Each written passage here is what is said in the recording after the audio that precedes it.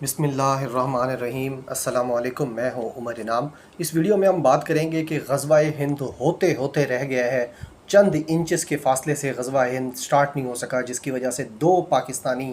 Commander جرنیل جو تیار تھے غزوہ ہند کے لیے وہ اب مایوس ہو چکے ہیں، اور دیکھتے ہیں کہ ان کی مایوسی اب کہاں تک جاتی ہے۔ دوسری اہم خبر، وزیر اعظم عمران خان نے اپنے جو 2.25 کروڑ ووٹر تھے ان کی امیدوں پر پورا اترتے ہوئے ایک بار پھر ایک ایسی چیز کی ہے جس کی مثال ہمیں تاریخ میں نہیں ملتی، یعنی انہوں نے جو ان کے قریبی دوست تھے، ایک بااعتماد ساتھی تھے، ایک محسن تھے آپ کہہ لیں،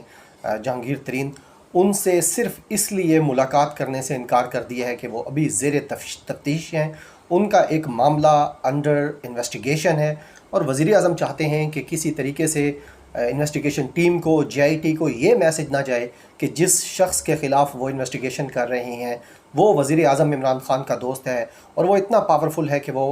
پرائم منسٹر سے جا کر ملاقاتیں کر رہا ہے۔ لہٰذا وزیر اعظم عمران خان نے جو اپنے قریبی رفقا ہیں، ان کے منسٹرز ہیں جن کے اوپر وہ اعتماد کرتے ہیں، پرویز خٹک ہیں، اسد کیسر ہیں اس کے اندر اسپیکر قومی اسمبلی، فواد چودھری کے کہنے کے اوپر بھی انہوں نے جہانگیر ترین سے ملنے سے انکار کیا ہے، وہ بھی تفصیلات آپ سے شیئر کریں گے۔ لیکن سب سے پہلے اگر ہم دیکھیں کہ جو غزوہ ہند کی خبر آئی، جس کے اوپر کوئی فیک اکاؤنٹس تھے ٹویٹر کے، انہوں نے فیک نیوز پھیلائی اور ایک ایسا نوٹیفیکیشن دیا جس میں کہا گیا تھا کہ بھارت کا ختم ہونے کا وقت اب پہنچ چکا ہے، عید الفطر کے فوراً بعد غزوہ ہند سٹارٹ کیا جائے گا۔ امارت اسلامیہ افغانستان کی طرف سے، یعنی جو طالبان کا وہاں پر گروپ ہے وہ امارت اسلامیہ کہتے ہیں اپنے آپ کو، تو ان کی طرف سے سٹارٹ کیا جائے گا۔ یہ خبر آنی تھی کہ پہلے جو سب سے پہلے کی دوڑ تھی، بغیر اس کو کاؤنٹر چیک کیے ہوئے، بغیر اس کی کوئی تاریخ پڑھے ہوئے، بغیر اس کو دیکھے ہوئے، تھوڑا سا اس کو ریلیٹ کرتے ہوئے انٹرنیشنل نیوز پیپرز کے ساتھ، کیونکہ ایسی کوئی بھی خبر آتی ہے تو یہ المیہ ہے کہ انٹرنیشنلی وہ پہلے کور ہو جاتی ہے۔ ہمارے لوگ اس وقت شاید سلیم صافی کی طرح بد دعائیں دینے میں مصروف ہوتے ہیں، کوئی چیز ہم لیڈ نہیں کر سکتے، تو انٹرنیشنلی بھی نہیں دیکھا گیا۔ کمانڈر صابر شاکر صاحب نے غزوہ ہند شروع کروا دیا، انہوں نے کہا جی یہ آ گیا ہے، بس تیاری کریں، یہ ابھی بس عید الفطر کے فوراً بعد یہ شروع ہو جانا ہے۔ 40 سال کی یہ سب سے بڑی خبر ہے جو دی ہے صابر شاکر صاحب نے، ان کے کریئر کی سب سے بڑی خبر ہے جو 48 گھنٹے بعد باؤنس ہو گئی ہے۔ یہ حال ہے 40 سال کی سب سے بڑی خبر کا، جسے طالبان نے جھوٹا قرار دے دیا ہے۔ اب اگر آپ دیکھیں، جو یہ میں نہیں کہہ رہا، یعنی یہ کوئی ذاتیات نہیں ہے، یہ ایک آبزرویشن ہے، ایک ریئلٹی ہے۔ آپ ان کے جائیں یوٹیوب کے اوپر اور پچھلے ایک سال کی اگر آپ ٹاپ ویڈیوز نکال کے دیکھ لیں، اس میں سے 6 بار تقریباً، یعنی آدھا درجن بار وہ پاکستان میں تیل نکلنے کی خوشخبری سنا چکے ہیں، اور ساتھ یہ بھی بتا دیتے ہیں کتنے لاکھ بیرل ہے، کتنی دفعہ نکلے گا، کتنے روپے کا بکے گا، اس میں سے کتنی بچت ہوگی، کتنا خرچہ آئے گا، اس میں سے آپ کو کتنا ملے گا، یہ بھی بتا دیں گے وہ اس میں۔ تو یہ جو اس طریقے کی چیزیں ہیں یہ کیوں ہو رہی ہیں، اس کے اوپر بھی آگے چل کے بات کرتے ہیں۔ لیکن یہ جتنی دفعہ صابر شاکر صاحب پاکستان سے تیل نکال چکے ہیں، ڈیزل نکال چکے ہیں، ساری چیزیں نکال چکے ہیں، اتنی معدنیات اور اتنا اگر ہمارے پاس تیل کے ذخائر واقعتاً نکل آتے، اور اللہ تعالیٰ ان کی زبان مبارک کرے، اگلے سال اس سے اگلے سال نکل آئیں اتنی دفعہ جتنی دفعہ صابر شاکر صاحب نکال چکے ہیں، تو پاکستان کو پھر MBS یعنی محمد بن سلمان کی کار ڈرائیو کرنے کی ضرورت نہیں پڑے گی، پھر عمران خان کی کار جو ہے وہ ڈونلڈ ٹرمپ کیا کریں گے ڈرائیو، اور جہاں پہ بھی وہ جایا کریں گے تو وہ پھر کیا کریں گے، کیونکہ ہمارے پاس پاکستان کے پاس یہ چیزیں آ جائیں گی جتنا صابر شاکر صاحب نے تیل نکال دی ہے۔ لہٰذا ہم تو امید کرتے ہیں کہ اللہ کرے کوئی اتنا نکل آئے جتنا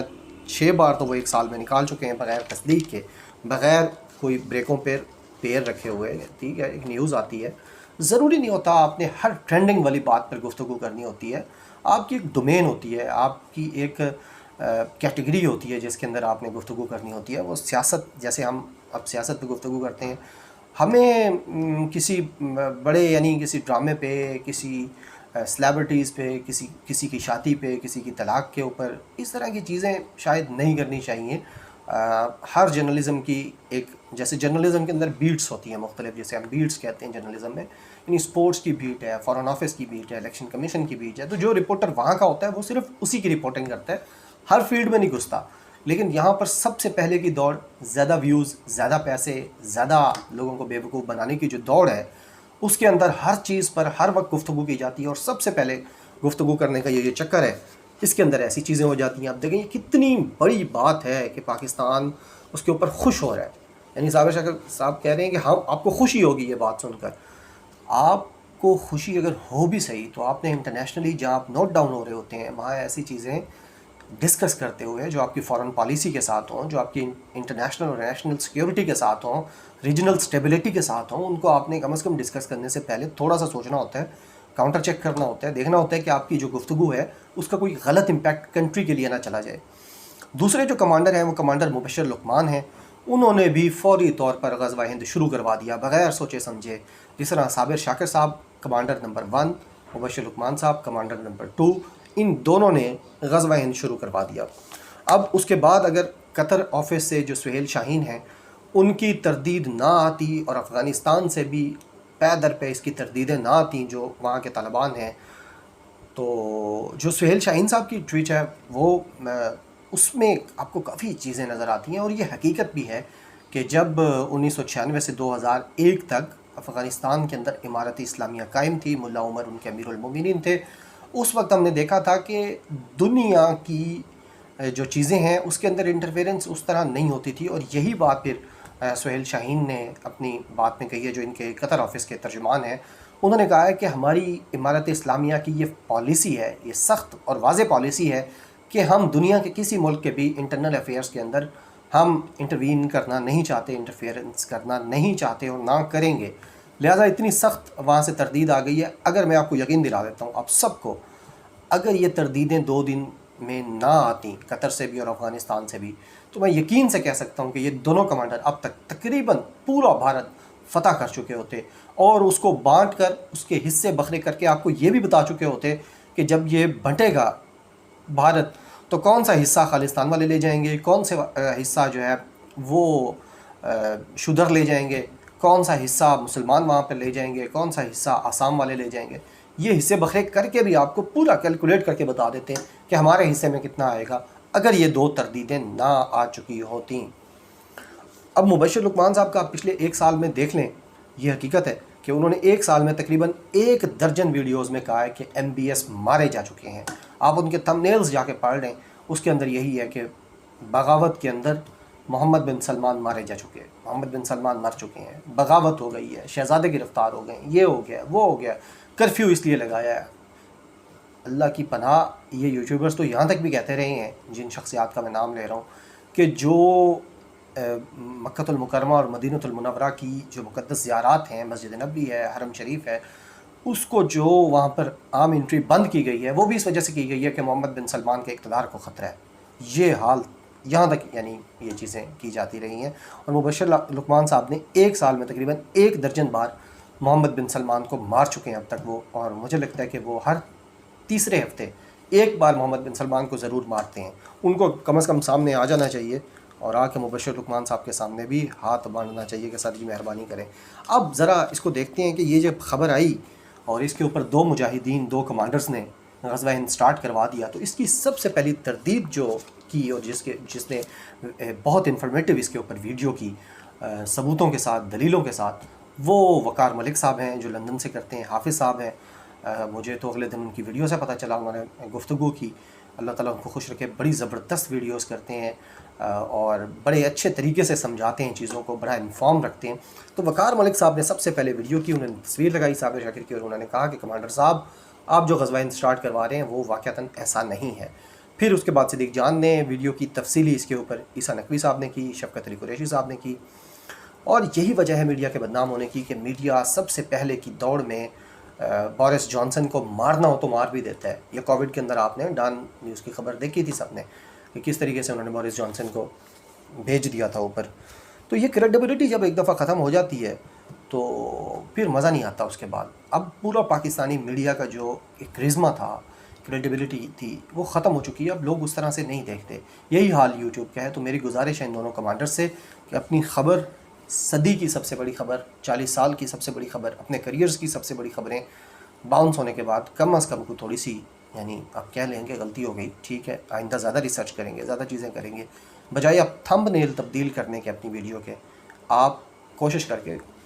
دل بڑا کریں اور کہہ دیں کہ جناب یہ مجھ سے اس طریقے سے ہوا ہے۔ دوسری جو اہم خبر ہے وہ طارق عزیز صاحب، ایکسکلوسیو ان کی نیوز سٹوری ہے دنیا اخبار کے اندر۔ انہوں نے بتائی ہے کہ اسد کیسر اور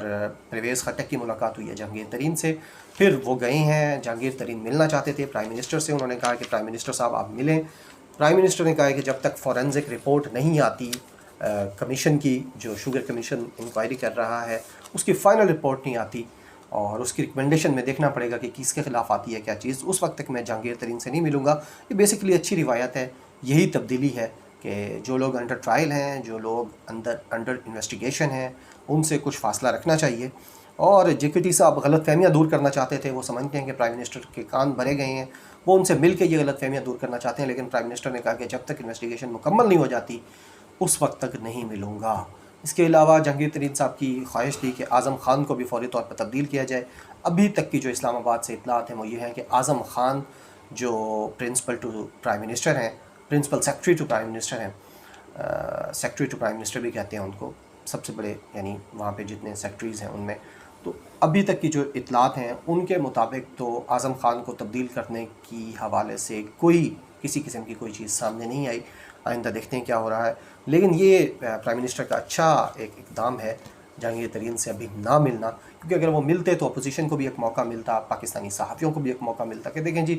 وہ ہیلی کاپٹر گروپ سے دوبارہ مل رہے ہیں، لہٰذا انویسٹیگیشن کا انتظار کر رہے ہیں، ان کی رپورٹ کا انتظار کر رہے ہیں پرائم منسٹر۔ اچھی بات ہے، جو آئے گا، جو چیز بھی سامنے آئے گی وہ آ جائے گی، اور پرائم منسٹر نے کہا تھا کہ